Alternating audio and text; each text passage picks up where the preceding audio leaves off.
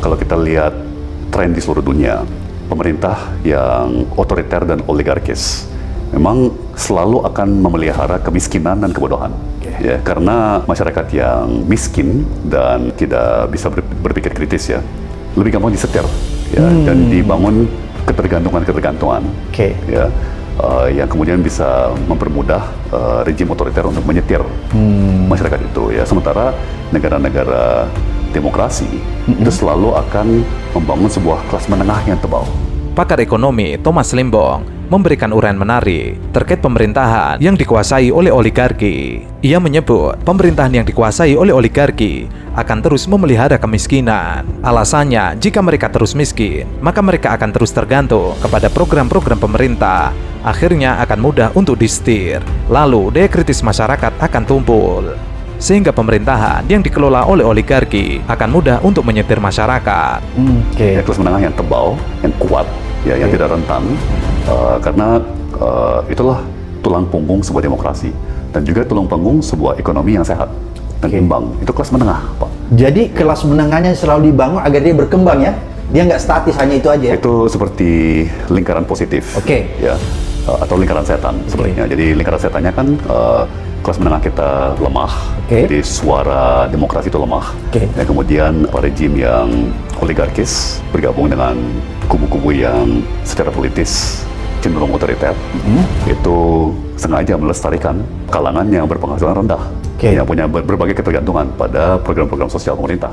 Hal itu berbeda dengan negara-negara demokrasi yang mengelola kelas menengah dengan baik, sehingga ekonomi mereka bisa maju. Alasan Thomas Limbong menyebut negara demokrasi menjaga kelas menengah terus tumbuh karena merekalah yang nantinya akan memberikan tren positif kepada negara demokrasi. Jika kelas menengah lemah, maka menurut Thomas Limbong, negara tersebut akan lemah karena kelas menengah bagi lingkaran positif atau lingkaran setan. Sementara dan itu akan semakin parah ya. Ekonomi akan makin lemah, makin banyak orang yang merosot dari kelas menengah ke kelas bawah ya, dalam situasi seperti itu.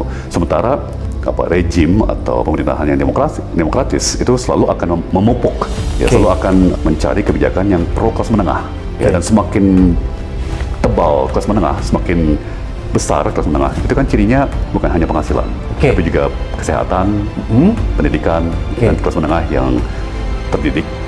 Namun hal berbeda di pemerintahan yang dikuasai oleh oligarki. Mereka akan terus memelihara kemiskinan agar masyarakat bisa disetir. Thomas Limbong melanjutkan, jika kelas menengah di suatu negara terus melemah, maka negara tersebut juga akan ikut lemah. Bahkan bisa terjadi kebangkrutan. Maka dari itu, ia menghimbau agar pemerintah memperhatikan kebijakan yang pro dengan kelas menengah. Kelas menengah yang terus tebal akan memberikan tren positif kepada suatu negara. Tapi menurut Limbong, kelas menengah bukan hanya penghasilannya saja, tapi soal pendidikan, soal kesehatan, dan juga kesejahteraan keluarganya. Karena merekalah yang akan mengontrol dan juga memberikan kritik kepada pemerintah. Menengah yang sehat, ya, mereka itu udah pasti akan progresif, udah pasti akan bersuara, ya, punya opini, ya kan, dan menyuarakan terus dan menagih kepada pemerintah, ya kan, dengan suara lantang. Itu kelas menengah.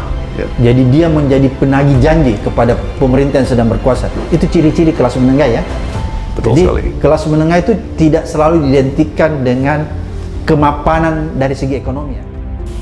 Saya termasuk di antara beberapa perumus awal, ya, rancangan daripada Omnibus Law tersebut, ya, di periode pertama Presiden Jokowi.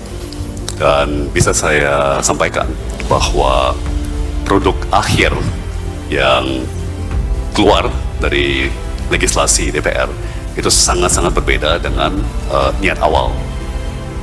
Ya, niat awal waktu kita merumuskannya di periode pertama Presiden Jokowi. Ya.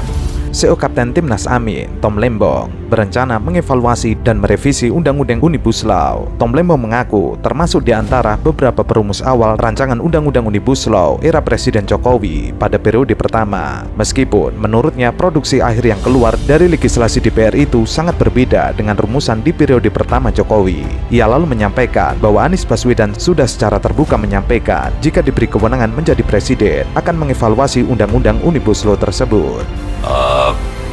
Kemudian perlu saya sampaikan segera ya bahwa Pak Anies sudah secara terbuka menyampaikan bahwa insya Allah saat diberi kewenangan kita akan mengevaluasi ya Omnibus Law. Saya malah lebih keras lagi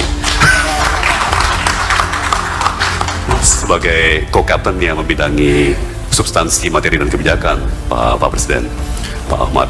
Saya sudah mengizinkan seluruh unsur kampanye untuk menyampaikan kepada masyarakat bahwa kita akan revisi. Udah langsung aja revisi. Kalau Pak Anies masih lebih hati-hati, ya kan, mau lihat kajiannya dulu, ya. Tapi saya sebagai yang benar-benar mendalami ya Omnibus Law ini dari awal-awal barang ini dirancang, ya, saya sih siap bicara secara publik bahwa ini barang benar-benar harus segera direvisi. Tom Lembong juga sudah mengizinkan seluruh unsur kampanye untuk menyampaikan kepada masyarakat bahwa Timnas Amin akan merevisi Undang-Undang Omnibus Law. Meskipun Anies Baswedan masih berhati-hati, ingin melihat kajiannya dulu, namun Tom Lembong yang sudah lama mendalami Undang-Undang Omnibus Law sejak lama secara tegas akan merevisinya. Tom menambahkan, waktu Undang-Undang Omnibus Law dilegislasi, janji pemerintah kepada rakyat, Omnibus Law adalah kunci dan seolah peluru ajaib yang akan membuka lapangan kerja, mendongkrak pertumbuhan ekonomi dan sebagainya. Namun ini sudah di tahun ketiga, menginjak tahun keempat sejak Undang-Undang Omnibus Law disahkan, pertumbuhan ekonomi Indonesia mengalami stagnasi, pengangguran dan jumlah pekerja di sektor informal juga tidak bergerak. Waktu Omnibus Law ini dilegislasi, ya, janji pemerintah adalah bahwa inilah kuncinya. Inilah kuncinya. Ya, ini seolah-olah seperti peluru ajaib yang akan membuka lapangan kerja, mendongkrak pertumbuhan ekonomi dan sebagainya. Ya. Tom melanjutkan, dari penelitiannya, ia melihat legislasi Undang-Undang Omnibus Law harusnya tepat sasaran dan efektif. Paling tidak dalam 2-3 tahun pertama ada dampaknya. Namun, berdasarkan catatan fakta membuktikan, Undang-Undang Omnibus Law tidak ada dampaknya kepada ekonomi Indonesia. Tom mengatakan, meskipun pemerintah memberikan data ada kenaikan ekonomi nasional, tapi jika dibandingkan dengan indikator yang lain, seperti grafik penjualan sepeda motor di Indonesia, setiap tahunnya malah menunjukkan penurunan. Kita sekarang sudah di tahun ketiga, mau tahun keempat setelah Omnibus Law diratifikasi. Berapa pertumbuhan ekonomi kita sekarang? Kan sama aja, ya. Bagaimana pengangguran dan jumlah pekerja di sektor informal? 3 tahun, 4 tahun ini juga tidak bergerak. Ya. Nah, mungkin ada yang akan bilang, ya hal seperti ini kan butuh waktu. Ya, tapi sekali lagi dari penelitian saya pribadi melihat legislasi yang benar-benar reformis, yang benar-benar tepat sasaran, ya, dan efektif, itu sekurang-kurangnya kelihatan ada dampaknya, dikit aja, meskipun dikit ya, harus kelihatan ada dampaknya gitu dalam 2-3 tahun pertama. Ini kalau kita lihat data dan fakta, boleh dibilang praktis nggak ada dampaknya. Berdasarkan data, jumlah tertinggi penjualan sepeda motor adalah tahun 2014, yaitu sebesar 8 juta unit per tahun, lalu turun setiap tahun, dan saat pandemi mengalami anjlok. Setelah pandemi mengalami kenaikan, tapi belum signifikan, angkanya di kisaran 5. Dalam 10 tahun terakhir, penjualan motor di Indonesia turun 35% dari yang sebelumnya 8 juta per tahun, kini turun hingga 5 juta per tahun. Kenapa penjualan motor menarik bagi Tom Lembong? Karena menurutnya, sebuah keluarga yang memenuhi syarat untuk mengambil kredit motor, artinya ia adalah keluarga menengah. Jika ditarik benang merahnya, ini indikasi jika kelas menengah di Indonesia 10 tahun ini tidak mengalami perkembangan. Malah, jangan-jangan kelas menengah Indonesia semakin menciut atau turun. Ya, ini grafik yang menggambarkan jumlah sepeda motor yang dijual se-Indonesia, ya, setiap tahun. Ya. Nah, kalau kita lihat sejarahnya, itu ternyata jumlahnya memuncak di sekitar tahun 2014, ya, di 7,87 juta unit per tahun, ya, katakan 8 juta lah, kisaran 8 juta unit per tahun.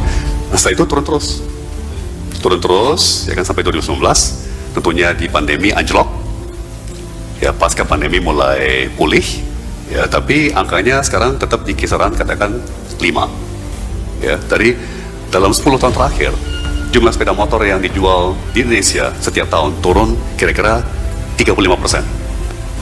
Dari awalnya kisaran 8 juta unit per tahun, sekarang hanya 5 juta unit per tahun. Ya. Kenapa bagi saya indikator ini menarik? Seorang anggota keluarga yang memenuhi syarat-syarat untuk bisa ambil kredit motor, dan keluarga itu bisa beli motor, itu bagi saya tanda bahwa keluarga itu udah masuk kelas menengah.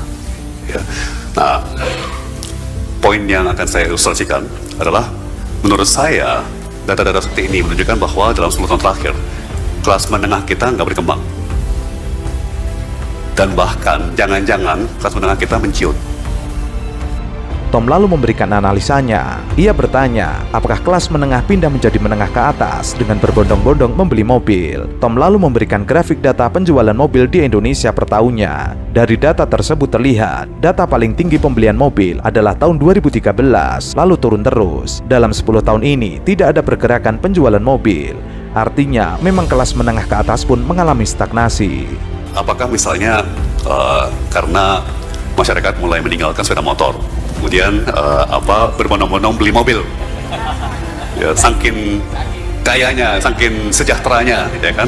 Nah, ini saya bawa grafik jumlah penjualan mobil di Indonesia ya, per tahun. Ya, itu juga memuncak di kira-kira tahun 2013 di kisaran 1,2 juta unit per tahun. Ya kan, kemudian turun terus tentunya. Maklum, di pandemi juga ambruk, pasca pandemi recover, ya pulih, tapi saat ini juga tetap di kisaran 1 juta unit per tahun, ya, jadi turun 10% kata, ya, tapi 10 tahun ini nggak bergerak.